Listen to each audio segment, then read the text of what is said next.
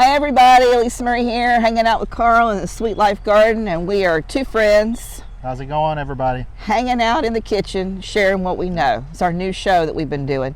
And this week is all about leftovers. But you know what we're going to do first? We're going to pull out of the Sweet Life Garden some ingredients that we need. Check this stuff out. Isn't that gorgeous? That's beautiful. Really pretty. How many do you think we need? Oh, maybe a couple more. All right.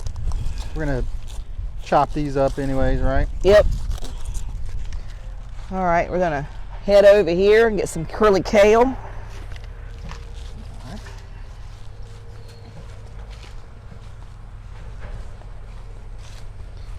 Let me see. Let me get over here on this side. It'll be easy for James Edward.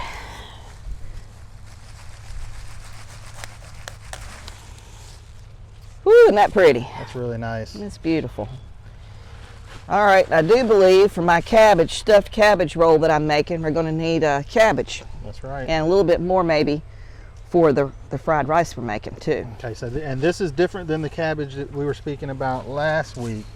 You're actually going to do something you referred to a while ago as similar to what now? It's a roll. A roll. It's going to be a roll done in phyllo dough. Okay.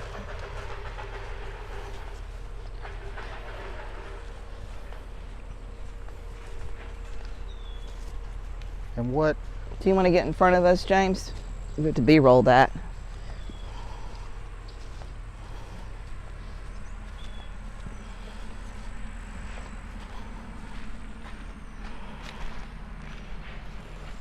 Gosh, I don't know which one to pick. They're both so pretty. These are big. Let's see. Look at that, guys. Whew. Look at that, Carl. That looks great. That's crazy, right? I think it's worth mentioning too again. You said you put down what root? Rue. Rue. The herb rue. Herb, okay. Yep, and that really makes all the difference in the world. I mean, look at that. Oh, you put it down in I put every it down in single bed? anything that grows in the fall to keep all the animals from laying their eggs on it and making holes. And even though we got a little bit there, it's beautiful. That head is beautifully formed, and there's nothing in there that's eating it and messing it up. Nice. So, anyway. That's awesome. So we're going to see you in the kitchen in just a few minutes, and we'll show you how to make some wonderful stuff using these ingredients from the Sweet Life Garden. Yeah, see you in a few.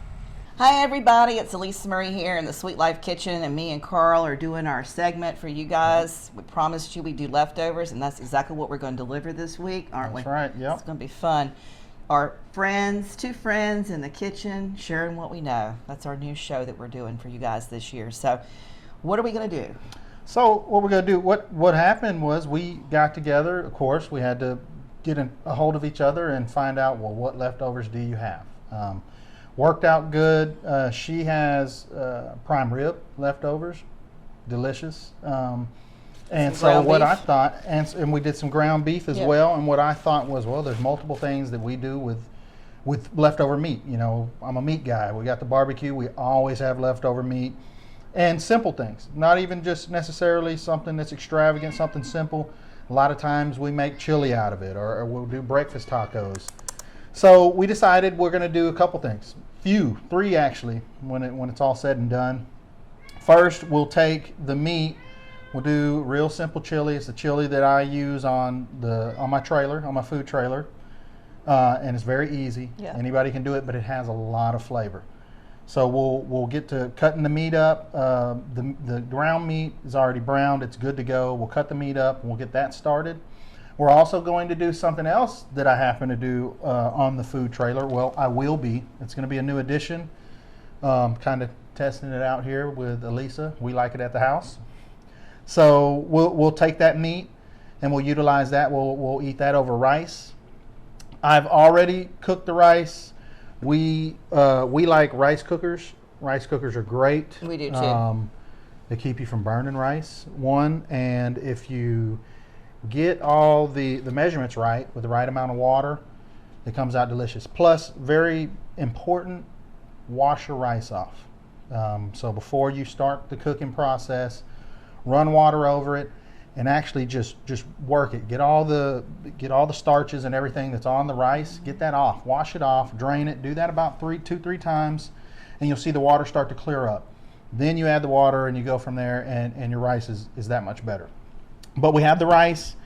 I opted to go ahead and cook it fresh here. The idea is leftovers, but it'll be the same principle. We'll use this cooked rice and as if you had it in your refrigerator, and I'll tell you more about that later. So to get started, one thing that's it's important with chili for us is cornbread. Right. Now, we love cornbread. And I don't know if I did tell you this. This cornbread in particular is the base for our cornbread dressing. Oh my God. So it is good. Y'all are in for a treat. That is like crack. It is so delicious. I don't know if y'all remember me featuring that cornbread. Oh my God. Yep. Stuff and it has the giblets and the eggs, and it's the most delightful thing in the whole wide world, and I just love it. It reminds me so much of Nana and Thanksgiving. And well, she's pumped my head up over here, so now I had to bring this out and try to show it. I do have, so what we've done is we've gone ahead and portioned everything out, but it's important, the cornbread, this is cornbread from scratch. Now, you have your cornmeal, and what you'll do is you'll put it in, you have your dry and your wet in 2 separate bowls. All right. So you got 1.5 cups cornmeal, right? No special cornmeal, just cornmeal from the grocery store. We have that. You also have 3 tablespoons of all-purpose flour.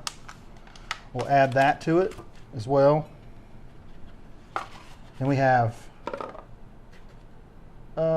we actually only need a little bit less. Yes, we only need 1 teaspoon. You have a teaspoon? I do. While you're looking for that. Okay, so we have 1.5 cups of cornmeal, 3 tablespoons of all-purpose flour, 1 teaspoon of baking soda. Right. It's important, definitely, to get the baking soda part right. Right. If you've ever messed that one up, I'm sure you could taste the difference, right? And 1 teaspoon of salt, which I knew from the last show, she has salt back here. Yep. So I'm going to utilize this salt right here. Yep. 1 teaspoon of salt. All right. And that's our dry mixture. That's the dry mixture right there. The wet mix, buttermilk. Right. And you guys know the little trick I showed you last year. The way to make buttermilk, if you don't have buttermilk from the store, is you just take milk and squeeze a lemon in it, and it will make your homemade buttermilk just like that. No time flat. We've actually done that at the house, my wife and I, before. But buttermilk, it is a very, very key. An important ingredient. Yes, very key and important ingredient. So you want 2 cups of buttermilk. Preferably, I like whole buttermilk. I'll be honest, this isn't whole, because I couldn't find it at the store, but I do like whole. If you can't find whole, it still works. It's good. 1 egg and 2 tablespoons of oil, canola oil, vegetable oil. Okay. Either or will work, right? All right. So we'll pour that in. Okie. All right. I'm gonna start cleaning up our area. That'll work. So we got some more room to work with because we got a lot of recipes to share with you guys today. So we'll put our egg in. Now prior, unless you have multiple whisks, right?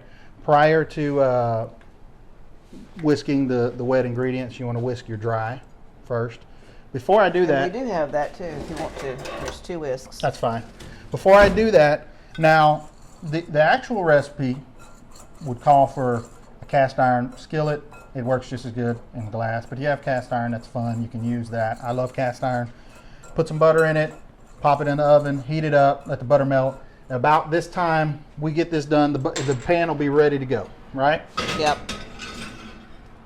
All right, so that's in the oven. This, as you saw, she just mixed that up. Again, that's 1.5 cups cornmeal. You got 3 tablespoons of flour, 1 teaspoon of baking soda, 1 teaspoon of salt. You got that mixed up pretty good. And you come over here, you got your 2 cups of buttermilk, 2 tablespoons of oil, canola, vegetable, right? And 1 egg. Right. All right. Get that mixed up pretty good. You're going to be mixing everything together in one bowl anyways, right? But once we got that going, put that in here. Yep. All right. Get all that loving right there. And we're good there. And then we do a good mix on this, all right? A whisk works great with this. You don't need to, you don't need to overpower it with, a blender. A blender, exactly, yeah. Or anything like that. You just get in here, whisk it, get all the little lumps out, and make sure you do it good. Get the edges, the corners, because those dry patches try to hide on you. So once you get this mixed up good, which I'm almost there, and that butter, as you know, is not going to take any time to melt. And I prefer you put butter on there. Yeah, I do. Gotta have that butter. Gotta have the loving, right? Exactly. But once we get this, like this right here is about ready to go. We'll get us a pot holder. We'll pull that pan back out. Pour it in there. Now you set the oven to 450. Set your oven to 450. If you have to put something else in, like we're going to, it's okay if you have it a little bit lower. You're still gonna have to check it. Test it with a knife, right. Make sure it comes out smooth, right, and clean.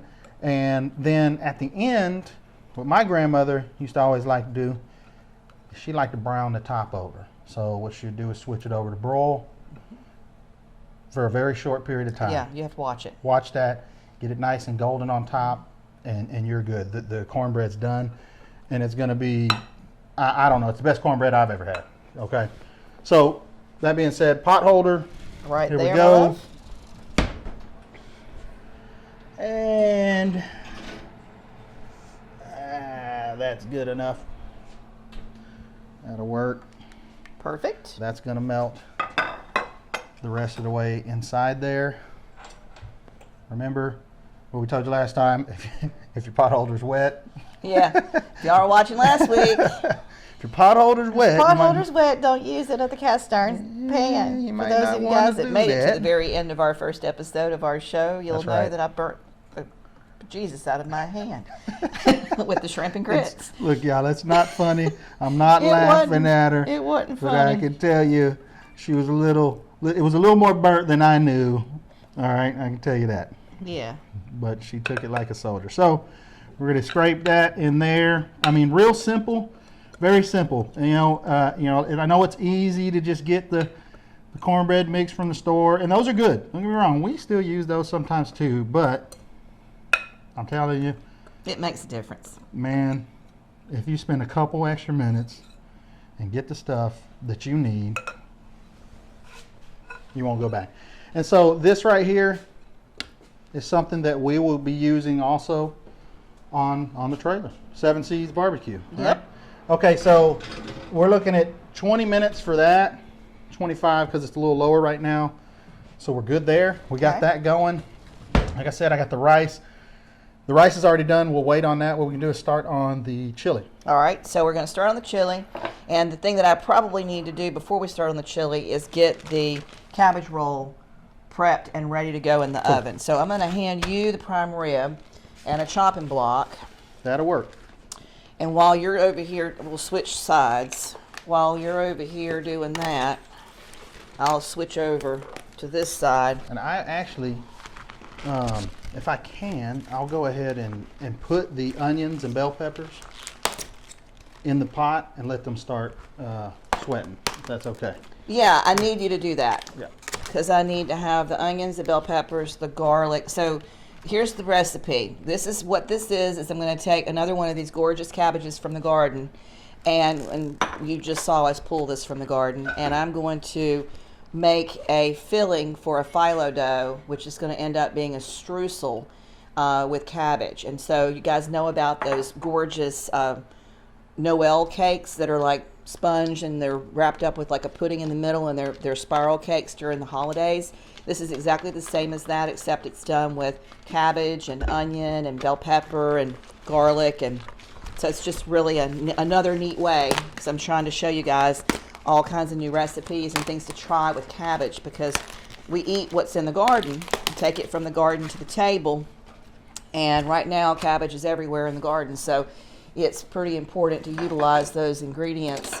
And I've been sharing them with my friends too, but I've got a lot of it. So I'm going to cut this, and then I'm going to core it, and then I'm going to slice it up, shred it up, I should say. And I'm going to just let that drop to the floor. I can pick that up after we're done. You know, cooking with Alisa, you learn stuff like I would have to look up on Food Network or stuff. We like to know the little fun things to cook. We're not cooking cabbage streusels or whatever at the house. That's the only stuff that you learn about when you watch somebody like you. But it's fun. It's nice to do something different, you know. Well, I just think that if you can create some really amazing dishes with stuff, I mean, everybody says steamed cabbage when they think about cabbage. Everybody thinks boiling broccoli, and that's good. Ain't nothing wrong with boiling broccoli, but you know, if you can take that broccoli up a notch, or you can make that cabbage shine in some phyllo dough, you ought to do it. Because sometimes the children might see that and go, oh my goodness, I think I might like to actually have some of that vegetable. And that's an accomplishment. It really is. That's true. So, as I always say, you can never have enough of this wonderful bacon. I could have bacon for breakfast, lunch, and dinner. And what I'm going to do is I'm going to take and put in the pan 5 pieces of bacon, and I'm going to throw some pepper on that too. I'm going to get that browning over here in the back.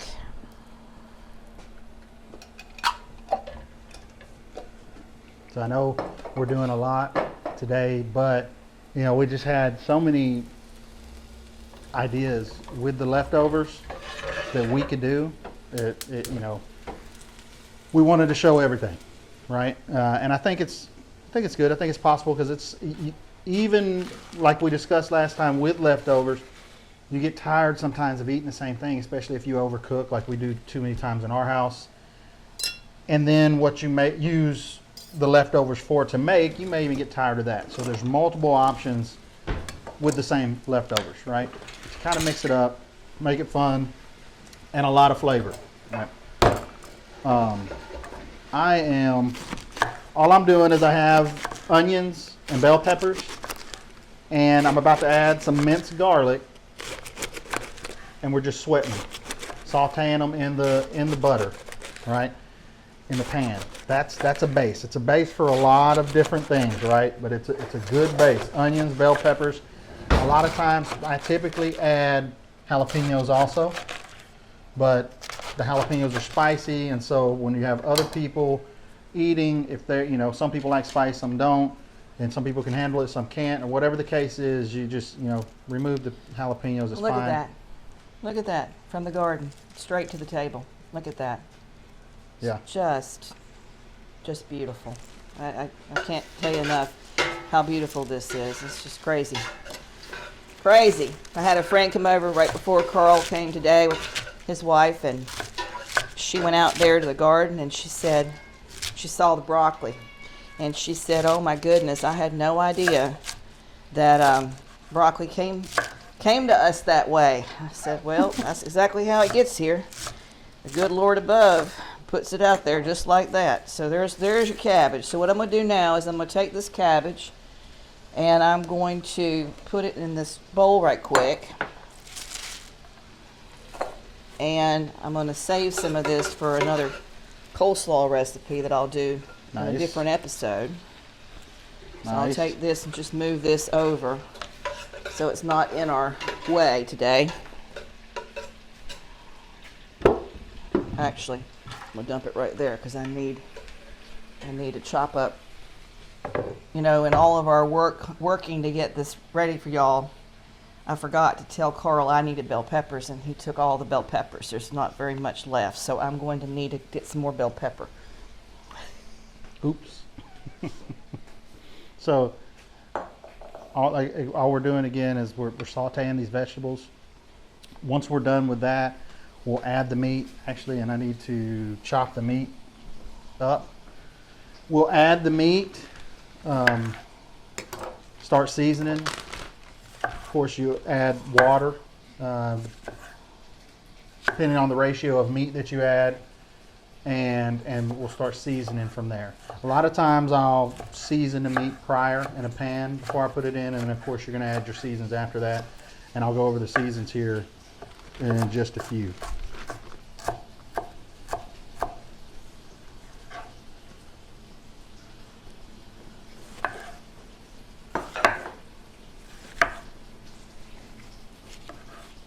They got some. We have some more bell pepper Now these here. peppers, guys, came from the garden.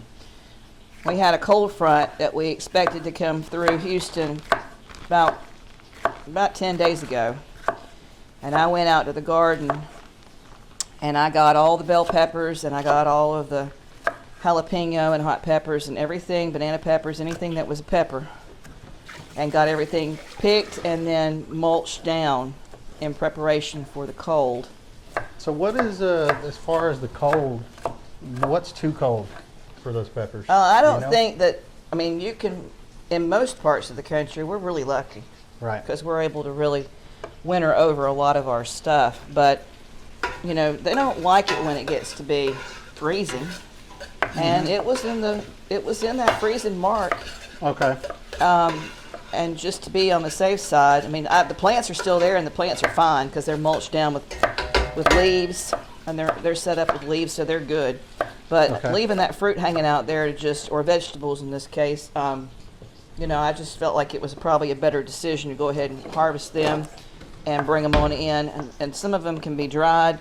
One of the things I'm going to work on, if I can get to it, because guys, there's a lot of taping going on around here, a lot of editing going on around here. If I can get to it, plan is to do a Vespa and show you how to tie up some of those peppers and dry them.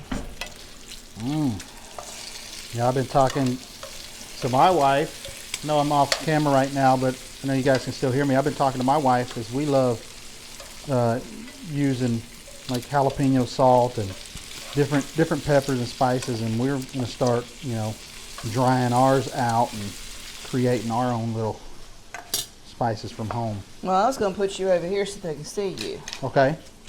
Let's move this fabulous vegetables that we've got here and get over here so they can see you chopping up that prime rib. All right.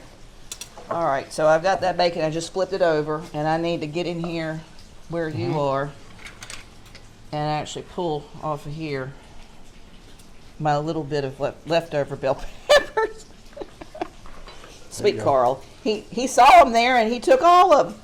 But we got it figured out. So you can take about a cup and a half, whatever you got, of bell peppers. You can do mixed, you can do just green, just red, whatever you got.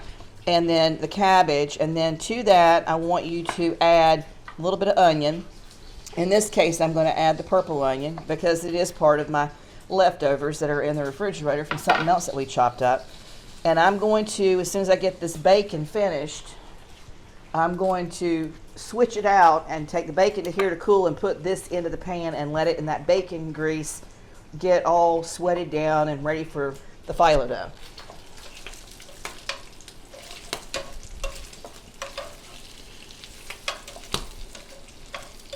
All I'm doing is cubing up this prime rib that she had as a leftover. The good thing about prime rib, it's already tender. You know, a lot of times we'll use maybe stew meat, or, you know, even if we have leftover steaks, you know. I mean, obviously we don't always just make chili whenever we have leftovers, but it is something that we can do. I've done, you know, I have leftover brisket or leg of lamb, and we've done that as well. But with the prime rib, it's already tender.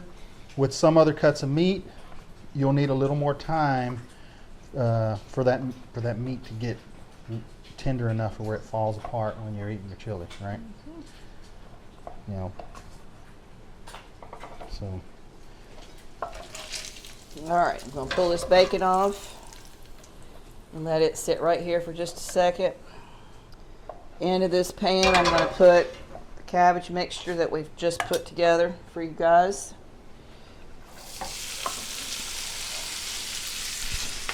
To that, I'm going to add a little dollop of olive oil. We know what her dollops look like. And I'm going to add a pinch of salt, pepper, and Where's the garlic at? The garlic's right there. Okay. I'm going to do a little bit of pepper. I'm going to do a little bit of salt. And I'm going to just stick my hand in there and do what's amounting to about a tablespoon with a little bit more of the minced garlic. And I'm going to get all this stuff sweated down.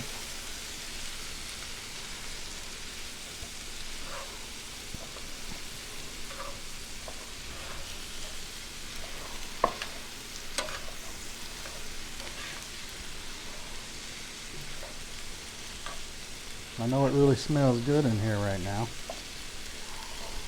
Well, of course. We got bacon and garlic. Bacon, garlic, Lord have onions mercy. and peppers and butter. Oh my. Yep. Alright. Now I'm going to add the beef that I've chopped up to the chili pie. May not need all of this. We'll see. See how it looks. There is no measurement with this. It's how meaty do you want your chili, you know. All right. I like mine pretty meaty, honestly.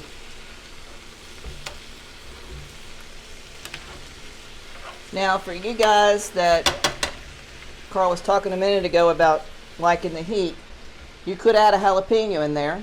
Yeah. If you wanted to, you could also add some red pepper flakes. Nothing, no harm in that. You could even add jalapeno salt if you wanted to do that too. Yeah.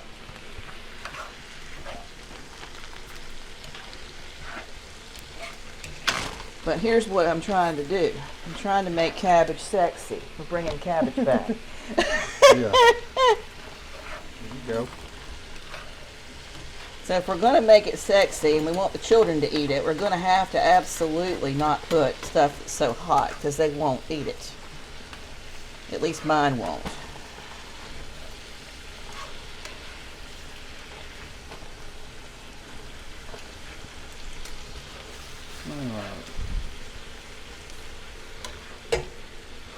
So once you get that in there, we'll add some water.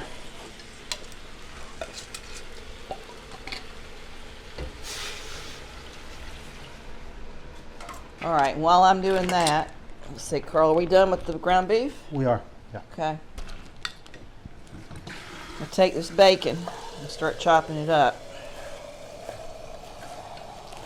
As y'all know, I didn't cook this bacon to look at it. I cooked this bacon to eat it. Here we go. Good stuff. So we were speaking about chili, and there's always a debate on what real chili is, and chili is whatever anymore. It's whatever you want. Well, you put in what you want to put in it, you know. I'm going to interrupt him for 1 second and show you that's what you're working with. You got the Very bacon good. down in there. You get all that now incorporated.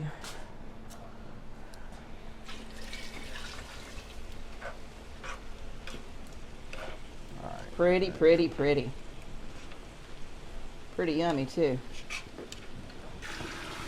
All right, so now what I've got, guys, is I've got the phyllo dough that I've had sitting out on the counter for a couple of hours. It's all de-thawed, and I'm going to clean up my area for just a second, and I'm going to put it down on some parchment paper so I can show you how to stuff it and roll it, and then we're going to brush it with olive oil, and we're going to stick it in the oven for about 20 minutes or so at the 400 degree. It's that recipe that's causing the cornbread to be 50 degrees off temp, but Yeah. like I That's said, okay. It'll work. it ain't no big deal. So I'm going to clean this up just a second and come back to you. All right. While you're doing that, I'll go ahead and add some of the seasons that we have, base seasons for chili, really. Of course, you got, you know, your chili powder. That's what we use, regular chili powder from the store. You add that. We also use cumin. That's very important, especially in a Texas chili. That is a base for Texas chili. And I'll add paprika, salt, pepper, And of course, again, we have the vegetables and all the other flavors already added to it. And then there's another ingredient that's real key that I use, my wife and I both use a lot of. And that is, once we get this thing going and once we get it boiling, you know, you typically want yourself like a stock or a bouillon, right? Because there's such deep flavor in those things. They bring out the flavor in the rest of it. So in this particular case, it's chili with beef. We'd use a beef bouillon. And it really, really brings out the flavor in the meat. Now don't worry about this stuff if it starts to get crumbly, because we can repair that, tuck it and repair that as we're making it. And then we can just brush that down with some olive oil and pinch it in. And I'm pinching it just like that to kind of get it brought back together again. Sometimes they like to crack and come apart when they're de-thawing. They don't always come out perfect. They get a little separated. So I'm going to lay that down just like that on the parchment paper. And then what I'm going to do, I'll try to stretch that one out just a tad. Pinch. And then I'm going to take this filling that we have made over here. Beautiful. Honestly, you could toss the rice into that, and that would make an absolutely fantastic Yeah, you could. another dish. This is, sky's the limit here. What we've got, when you've got good ingredients, fresh vegetables, good cuts of meat, your basic stuff is easy, and you can just keep taking it to another level with different dishes. And as long as you separate that out, I say winky face to you and winky face to my family. As long as you separate that out so that they don't eat the same variation, you can get away with stretching your leftovers. Right. And there's a lot of, I mean, there's so many things. They're so versatile with cabbage or rice, things like that you can do that, you know, even though you might have rice multiple times in a week, we eat it a lot at my house. You know, we buy the big 50-pound bags from Costco. You know, we eat a bunch of rice. We love it because it carries flavor, but it's different. Even if you're having rice with multiple different meals, it's different. Or cabbage, you know. So what I'm doing is I'm taking this and I'm rolling it into itself, and as I'm doing that, I'm pinching down the sides. Okay, so that it is, and you go slow, because, you know, there's a little hole there in that little patch that we pinched it together because it separated out. But take it and roll it. Take it and roll it. Pinch it and roll it, and then pinch it shut here where you've got a hole if you have a hole.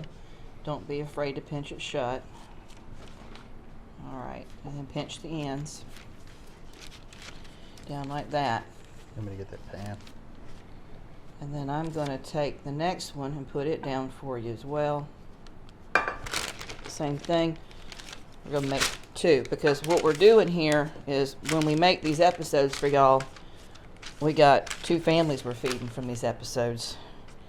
So we're making two different, we're making enough of it to be able to feed both my family and Carl's family for the night. Amen. And it's unfair for her because I have a large family. Well, we got 7 seeds, and the 7th one's getting ready to arrive. That's right. Any moment now. Any moment My now. sweet Yvonne is sitting over here. You don't see her, but she is literally at a point where if she sneezed, she would be delivering a baby.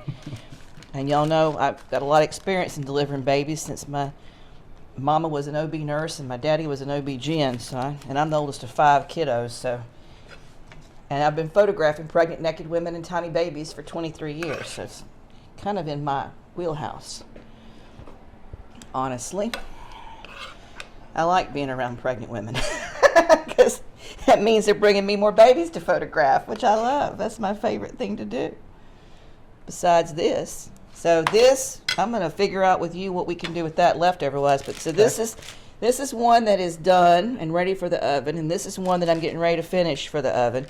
And all you do, like I said, is take that sucker and roll it. And I probably could put a little bit more in there, actually. Now, these are going... No. You're not... Are you wrapping these in anything else, or is it just like this? It's just like this. Okay. Yeah, just like this. You just take it and roll it. And tuck it as you go. And then when you serve it, you cut it, and slice you it can up. see the, yeah. Well, theoretically, that's what's supposed to happen. Right. Let's see.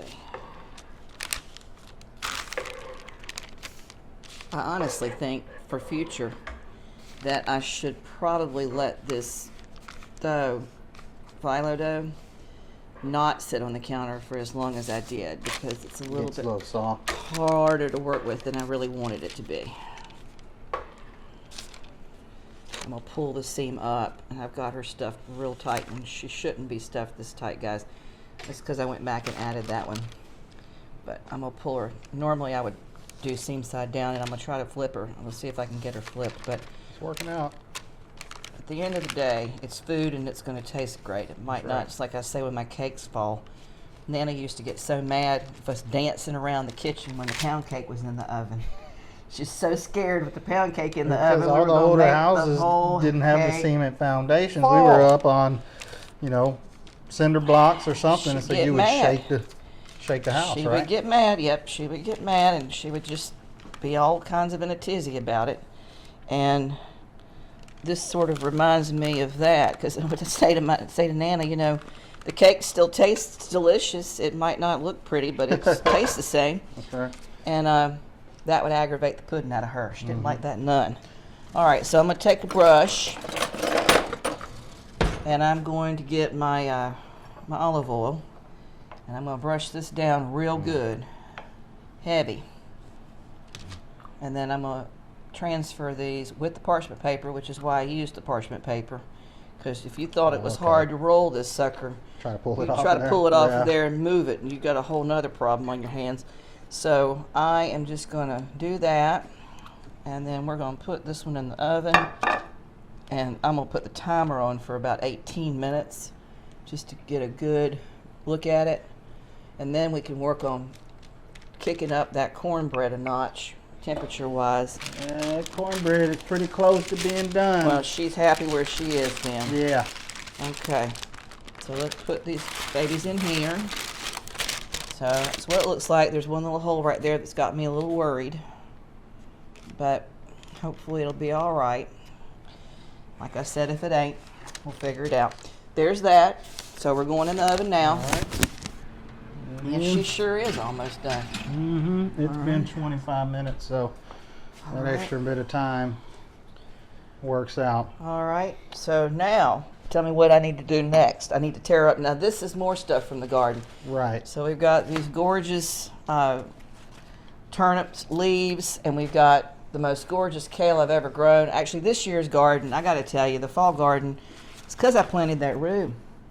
I had not one thing on these vegetables, not one pesticide, not one anything. I mean, not that I use pesticides, but I didn't even Right. have to spray them with neem. I just put them in the ground and planted the rue, and this is what we've got. And it doesn't get any better than that. I mean, it's Yeah, just that's good. beautiful stuff.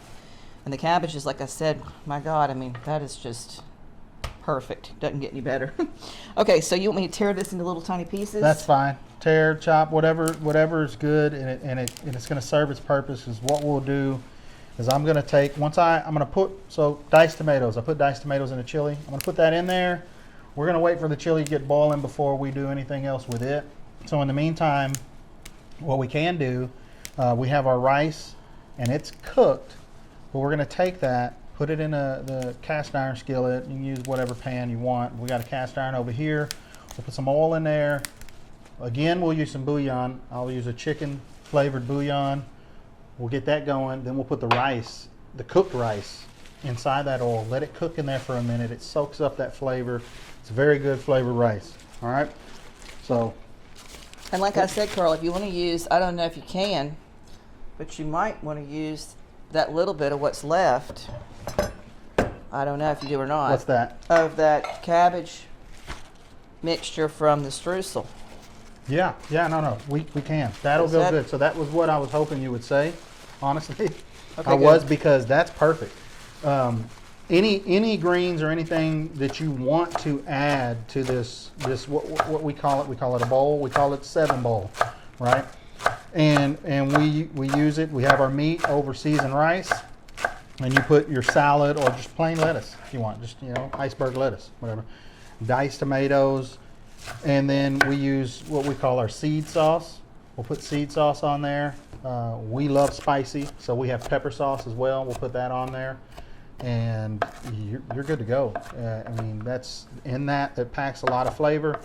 It's very good. Something, like I said, that we've just started trialing, and we're going to trial it out with Alisa and her family. Yep. Okay, where do you want? That's just beautiful too. My God. Honestly, we can just put it in this bowl. Okay. We can reuse that, and we'll be good to go. Okay. I'll get this going here. Get this burner on. Don't need to be too high. We'll turn that low. What I'm gonna do first is strip them. I actually am using, for this, I'm using grapeseed oil. Grapeseed oil. And I love avocado oil too. I love avocado oil. I love olive oil. For this purpose here, grapeseed oil is good. It doesn't really have any flavor, but it has a high smoke point.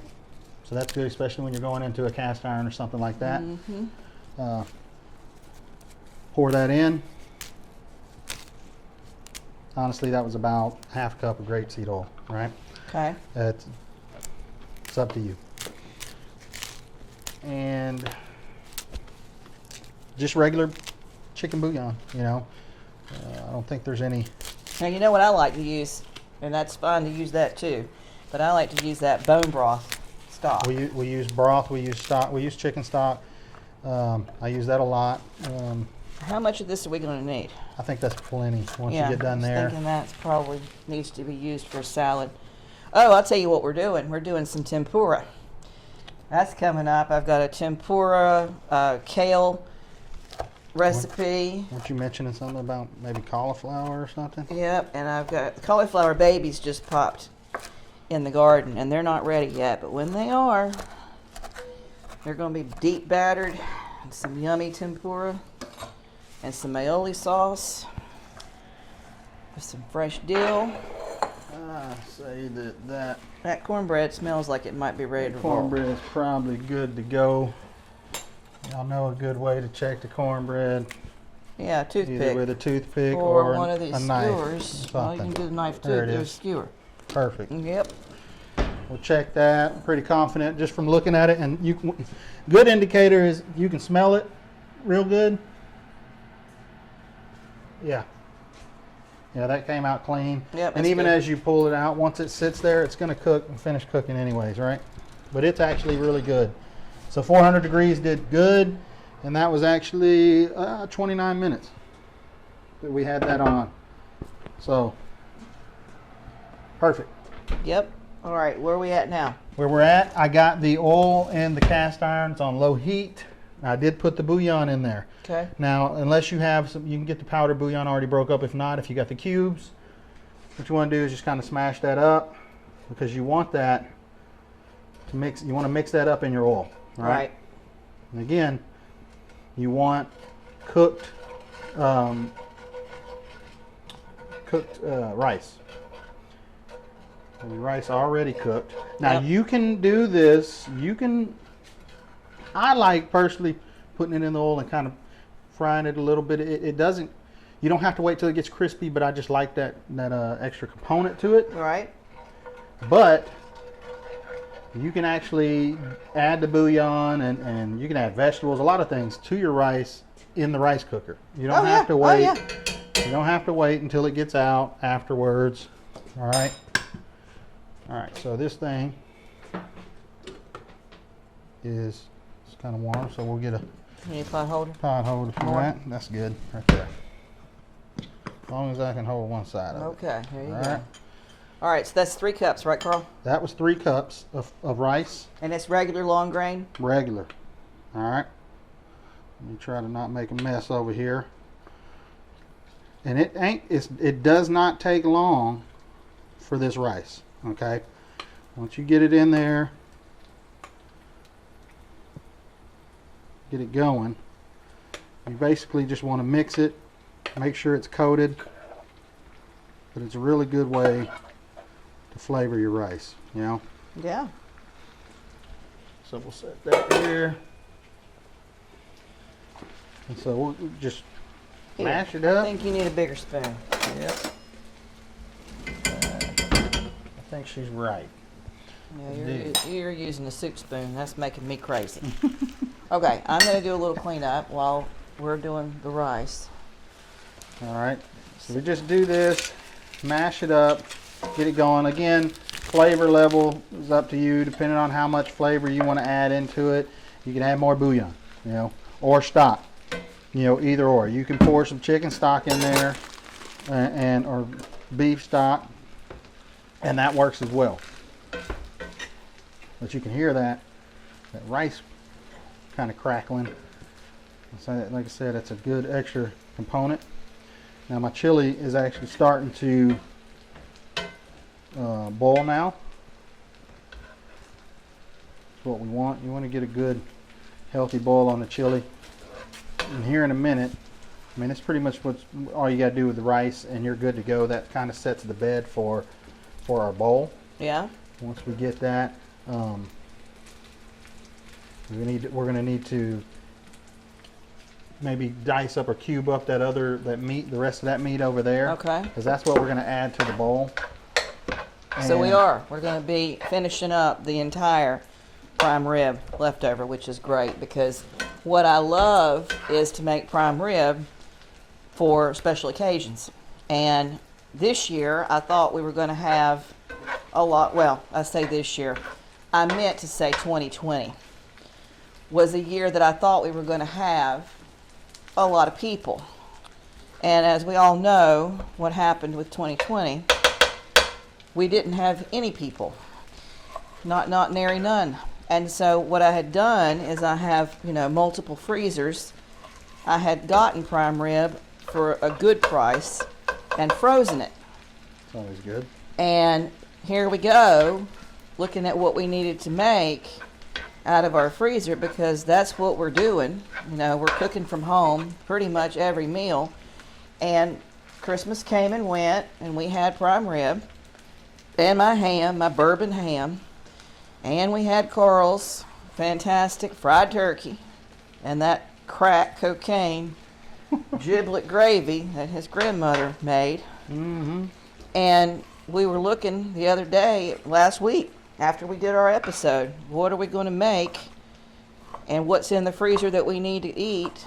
And Brian said, let's make the prime rib. And so we made the prime rib again. But, prime rib is so rich, it's not something that I like to eat every day. My cardiologist would agree with me, too. And so it's one of those things, when we did it, I said, well, it's perfect, because then Carl and I could put that in the episode and show you some other stuff that you could do with it. And truth be told, if I'm eating prime rib like I normally eat prime rib, it's bloody and running blood and medium rare with some horseradish cream on some garlic mashed potatoes, and that's already happened last week. So anything that we do to this now is, as they say, gravy. So that's true. This is extra stuff. It's extra nice to have it, and we know the quality is absolutely there. So do you think that's enough, or do you want all of it? I think all of it, really, because we're feeding two families. For a few bowls, I would do the rest of it. Just do all of it. And one other thing I tell you, my wife was really good at this, and she talked about freezers. We have we have 4 freezers at my house. Well, don't make me jealous. I've asked for that for Valentine's and my birthday. I want one of these great big, but I want more room, because I'm watching all of these people that I love on the cooking shows, and I need to be able to make some gelatin and throw it in the freezer and flash freeze it, and there's no room in my freezer for that. And if you don't even have to do anything special with the leftovers. If you have an abundance of leftovers, freeze it. Get your freezer bags and freeze it. My wife does that a lot. And it's you know, 2, 3, 4 weeks later, whatever it is, it's a new meal, you know. Exactly. And it's not taking up space or rotting in your in your refrigerator. Right, and that's the other thing, you know, with the vegetables in the garden, and I've been teaching you guys last year, you got to get that stuff out of the garden and harvest it, and then you got to figure out what you're going to do to preserve it. And I've got more new recipes to show you, but that blueberry and lemon thyme preserves, that raspberry and jalapeno preserves with that rich cracker and cream cheese and some smoked turkey is like Thanksgiving on a little tiny bed. It's like this little tiny bite of Thanksgiving. You get your fix for that food without having to actually cook the whole huge meal. Moosh. What is that? That one bite? Oh, I don't know. I'd have to ask my wife. I'll tell you one thing. Something smells real good right now. I don't know what that is, but it smells good. I just got a whiff of it. Okay, so this is, what is it? What are you cooking back there that smells so good? Well, this is chili. I think the chili's and what's now making some I'm actually smells. adding bouillon to it right now. That's so the what you're chili doing. already has incredible flavor, but again, anything you do, beef, chicken, or whatever, even vegetables, they got the vegetable bouillon. It's awesome, you know. But if you know, kick it up a notch in flavor, add the bouillon. It's incredible, and it's a game changer. Also, I forgot my extra cornmeal. With chili, you know, Well, I've got some. You want some? we can do that. That'll be actually that's fine if we can get the cornmeal. Yeah. You want to add a thickening agent, right? Well, yeah. I'll get it right And now. so cornmeal or all-purpose flour, something like that. Add that to it. What I do, what I learned from my mom and my grandmother, mason jar. Typically, honestly, I'll put either the cornmeal or the flour in first. Add water, and then you sit there and you shake it. You shake it. You get, and it helps you. It gets all the lumps and everything out first. Especially, it really, if you can add some of the fluid from the pot, right? It kind of helps it. It brings it. It tempers it, right?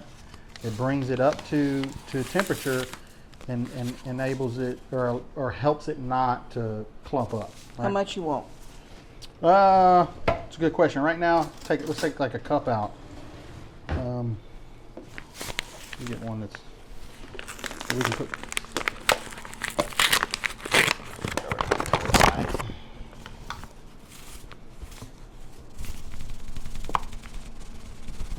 That's perfect right there. Okay. So we got the chili boiling back there. The rice is done. Meat like this, honestly, you could either prior to cutting it, put it in the oven, warm it up, or heat it up any way you want. I mean, heck, you could throw it in the microwave if you wanted to, or throw it in a pan afterwards, right? But just you want to get your meat warm, or I prefer it warm. I guess some people like it cold. I don't really care too much for cold meat, but and that's all with this next with that particular dish that we were referring to, the 7 bowl. That's all you'll need. Let me help myself out there. We got the rice, we got the meat, we got our salad basically. If you want tomatoes, you can add tomatoes to it. And then, you know, a sauce. You know, that's our. It's not white, but some people have white sauce. That's our what we call seed sauce. We use that for a few things at the restaurant, or in the food truck. Right. So what I do, like I said, I'll shake this up, and then you kind of just slowly add it to your pot as you're cooking, as you're stirring it. Add it in there, and you'll watch, and you know, kind of add some. And look at it. Yeah, and let it cook for a little bit, because it's going to thicken. Right? Even if it doesn't look like it's thickening right away, it's going to thicken. So we'll add some, and then we'll let that cook down for a bit. Right? Not long. It ain't going to take but a few minutes, and you'll be able to start telling the difference there. Right? Okay. You want me to stir that for you, or? That's fine. We're. I mean, it's really good. It's got plenty of fluid, so we're not in any danger of burning on the bottom. What we can do is we can transfer that rice into something and use that cast iron if you want, or we can use something else and heat up that meat. Oh, okay. For the Yeah.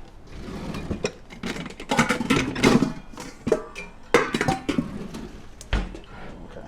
Let's transfer that over. I mean, not even test it. How much time does that have? It needs 20 minutes, and we forgot to set the timer. So Well, I was watching. It's pretty close. I looked at it, and it's not where it needs to be yet. Okay. So All right. I just checked on it a second ago, and I got cornmeal for you. Cool. There's our rice. Like I said, simple, nothing major. You know, if you have a little bit of oil in the bottom of the pan, don't pour it out into your bowl. Just gonna let it drain down and bring the rest of your rice up and let it strain off. And then you know next time, hey, maybe I don't need that much oil. You know. Right. Well. That's what happened here, honestly. So we'll do that. Salvage what we can right there. Again, it was grapeseed oil, so it's not a big deal. Nah, not that bad for you. A lot of benefits to it. None I can tell you off the top of my head, but I know there is. But one thing I do like about it, again, like I said, is the high smoke point. Well, I like that, and it's also heart healthy. Yeah. So, and we're always about heart healthy around here, except for whenever we start cooking with the butter and the prime rib.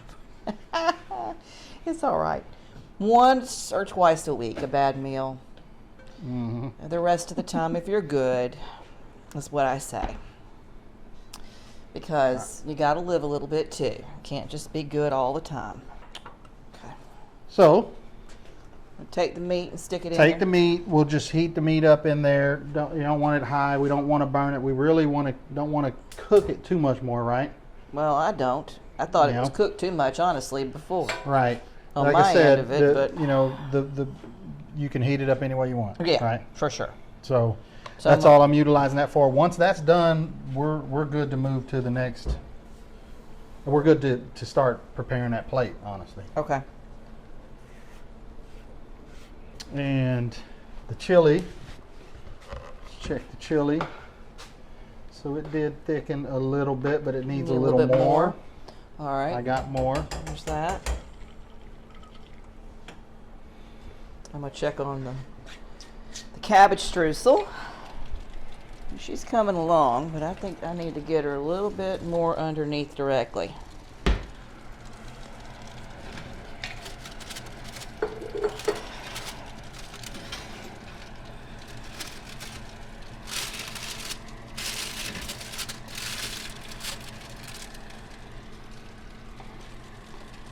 And again, once we get this chili thickened, it's pretty much good to go because the meat that we used is already tenderized. Right. It's already very tender, you know. Now, Carl, are we going to take the greens and are we going to cook them in anything? Or are we just going to stir them into? Well, that's personal choice. Like I said, it depends on what you want. Me, typically, will use like I said, either spring mix or iceberg lettuce, and we'll put it on top of it, and we're good to go there. Are we going to use? Because that's already cooked, we can use that on top of it, and that's fine. And then we can mix it in. So I think I probably need to put a little bit of heat on this and add it to that. That'll and work. Stir it in. Yeah. That'll work. I just feel like that might be a better choice, rather than have a little bit of this and the other one cooked, and then this could potentially be a little bit bitter. So I want to avoid that as well. I think, let's see, got a little bit of olive oil here. So I'm going to add a little bit of olive oil in here, just to give it a little bit of lubrication, and a little bit more onion, and probably a little bit more garlic, just because you can never have too much of that, in my opinion. And we'll go ahead and put this back on. And that's really taking everything that we've done and utilizing everything that we've done. So there's dishes made, multiple dishes made with all these different ingredients.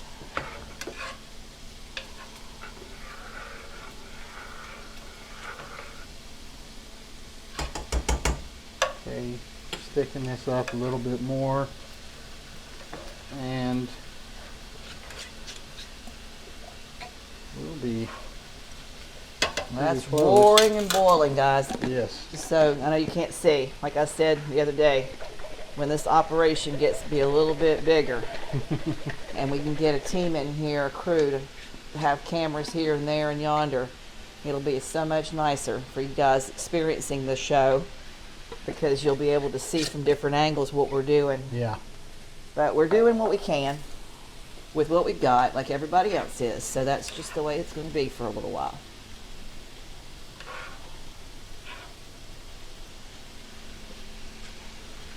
Okay. And that needs to get a little hotter before it can really be moved around too much more. I'm going to wash my hands. And once that's done, that's it, you know. The chili's almost done. The cornbread's ready to go. One other thing at my house we do with chili, we love Frito Pie. But this isn't any regular Frito Pie. This is homemade chili, good chili, not canned chili, good homemade chili. Fritos, whichever flavor of Fritos that you want. I prefer cheddar cheese. It has a lot of flavor in it, and do onions, chives. You can do whatever, add whatever you want to it, you know. But that's another option for your chili, right? So the meat here is about good. I bet if we cut that off, it'll stay warm in this pan. That way we don't cook it too much more. The chili, all you have to do once you've added the seasons that we spoke about earlier, again, it's gonna depend on the amount of chili that you make, the amount of water that you add, and then you just tweak your seasonings, salt and pepper it afterwards, and it's gonna turn out really good. Get it to the consistency that you want, the viscosity of liquid, and then you're good to go, you know. All right, Carl, we're going to need a platter for the rice, right? Yep. So there's my mother's platter. And then we're going to serve the chili in a bowl, the Frito Pie in a bowl. You wanting to put? How you want to do it? Okay, just to show, we'll put this all out on here. Yeah, put this out on here. Again, this will come in, you know, portion size typically in a bowl. You'll have your rice down. What we'll do is go in, put whatever meat you have, you put on there. You know, I can tell you that chopped brisket goes really good with this. It sure does. So does pulled shredded pork too. Yeah. And fajita chicken. Fajita chicken. Yep. We did that. Actually had that just the other day. Okay. You'll put now you want that on top? Yep. You put that on top.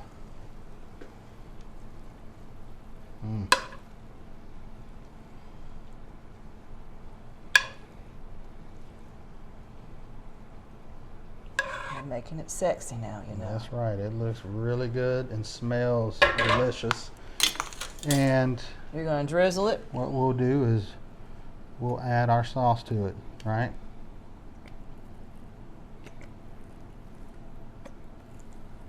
That looks really good.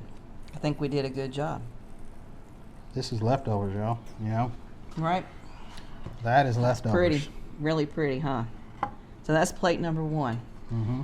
So there's your prime rib rice bowl. We want to with the fresh greens from the garden and the leftover from the streusel. And you got the cornbread. Yummy yum. Cornbread. Yep. Obviously cornbread goes really good with butter, You know, I yeah. love it, but it goes good with the again with the chili, or unless you're gonna go the Frito Pie route, then you eat it with eat the chili with the Fritos, or even yesterday I was eating some chili over some tamales. You know. Now that's good eating right there. We eat good. I don't miss, as you can tell, too many meals. That's good eating right there. Check that out. Beautiful cabbage streusel. Just delicious.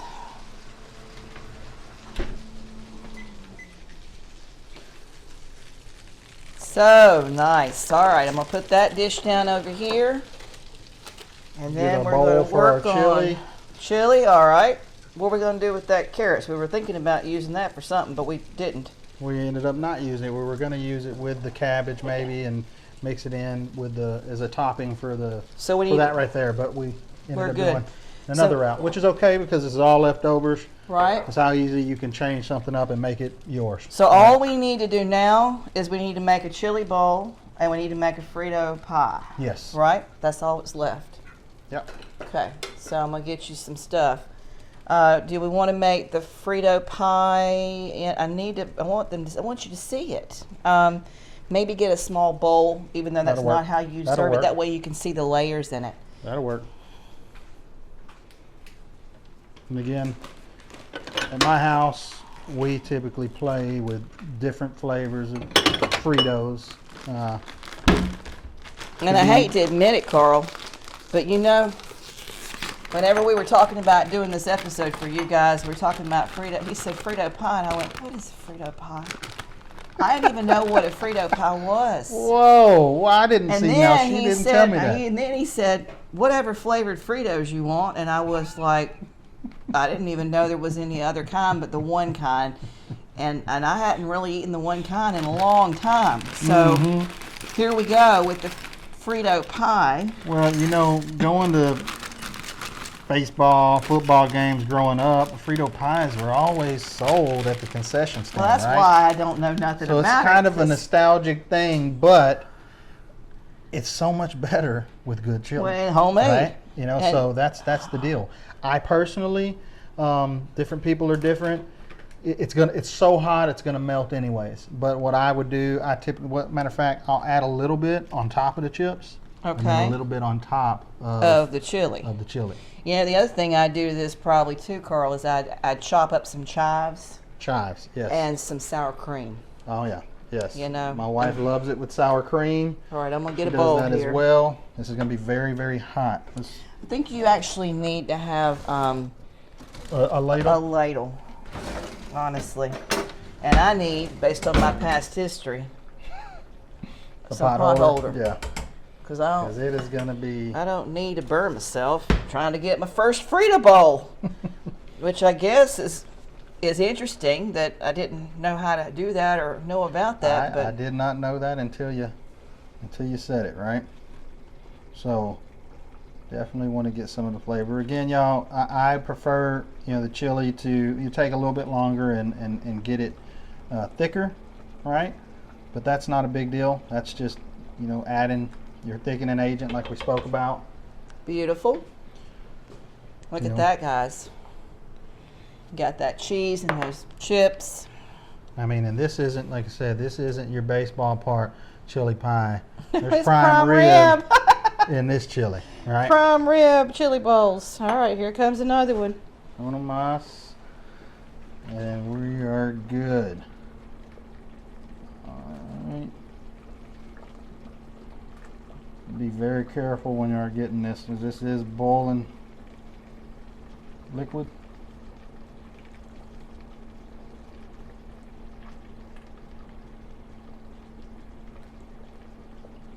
All right. Beautiful. All right. And then more cheese and good to go. Yep. Now, again, with the chili, season it. We're going to continue to season it. These bowls, we may have to personally season them the way we want them. But the chili, before you get done, just season it. You're good to go. I think there's one last thing I need to do. We need to slice up that streusel. I'm ready. And see what we've got there, and then we will be We'll be eating, guys, because I'm hungry. Me too. I'm hungry. Let's see. Let me see if I can pull this out of here. I think it might be better if I try to do it this way. Let's see. Cookie sheet. Well, I was going to just try to lift them out.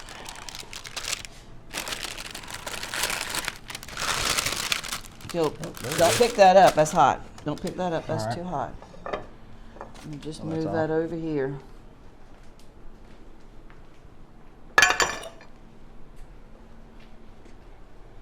All right, and then let me get a knife. And let's see how she does.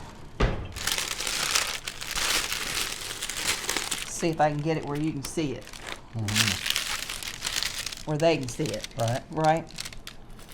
So I'm going to slice this down. Slice it again. Well, there we go. Okay. Yes, there you go. Let me see. Let me get a, what can I do here? Try not to make a mess any more than we already have, but I want you to see this. There is a gorgeous cabbage streusel. See how it's all layered in with the dough? It's very pretty. This would be a gorgeous way to display in a sliced wreath and then put some dip down in the middle for a party or however you want to eat it, but it's really, really pretty. My mouth's watering. And the bacon and all the yummy stuff involved in that. So listen, guys, I hope that you all have found value in all the stuff that we've cooked today. We've made a lot of wonderful dishes with some leftovers.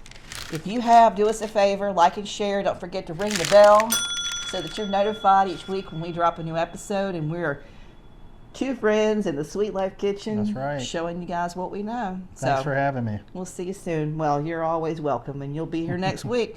We're bringing it to you again next week. So it's oxtails, right? Yeah, we're talking about doing oxtails next week, so we'll see you then. That'll be great. All right, guys, we'll see you soon. Take care. Bye-bye.